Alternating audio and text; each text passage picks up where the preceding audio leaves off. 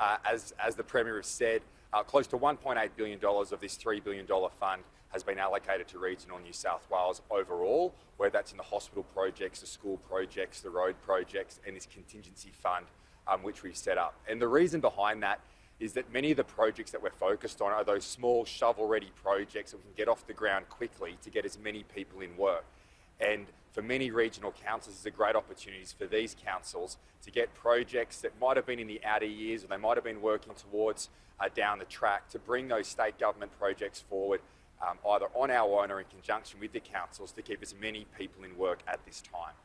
We saw some pleasing figures last week in terms of the jobs that have come back here in New South Wales. Close to 70% of the jobs that have been lost since COVID-19 began have been regained.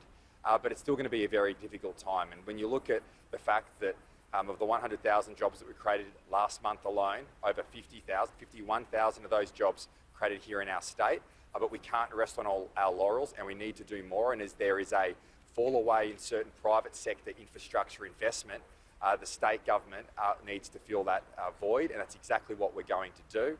We announced some time ago that $3 billion fund. We're making these further announcements today, and during the budget, which will be handed down on November 17, we'll have more to say, because we know that the government here has a strong infrastructure agenda. We pride ourselves. We saw the federal government just recently announce fast-tracking $10 billion.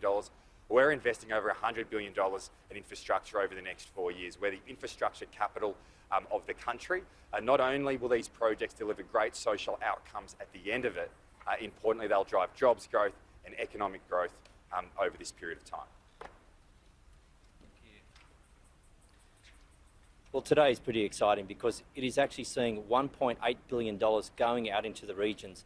And the regions are going to be critical when it comes to seeing the economy of New South Wales bounce back. This is about creating jobs and supporting jobs in our regions. And when we have a look at regional New South Wales, they have done it tough. They have been doing it tough now for a many number of years. They're actually coming off the back of droughts, they're coming off the back of bushfires, and we're certainly not out of a COVID. This $3 billion package is going to create something like 12,000 jobs alone in the bush. And this is critical at this time. Now, when you have a look at programs like this, it'll be supporting our communities with transport, in roads, in health, and in education.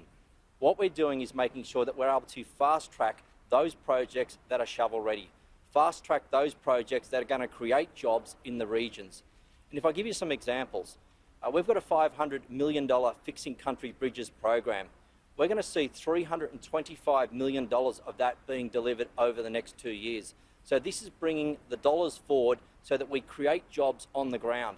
That $325 million alone is going to create around 2,000 jobs. We've got another commitment of fixing local roads. It's another $500 million project, but we've already announced $250 million in the first round. That's for 258 projects. That's going to support 83 local government areas, and that's going to help councils repair, maintain and seal those roads that are important in those local communities. That again will create jobs. But I'll tell you this, when we're talking about fixing those roads, they are important to those local areas. They're important to those mums and those dads and those people that use the roads each and every day. So they've got somewhere where they can travel safely, getting in and out of town, whether they're going shopping or whether they've got medical appointments. Sometimes the big projects, with the biggest amount of dollars actually get the headlines, but sometimes it's the small projects like this that actually have the biggest impact in our local communities. The regions are critical, and this is an important jobs announcement being made here today.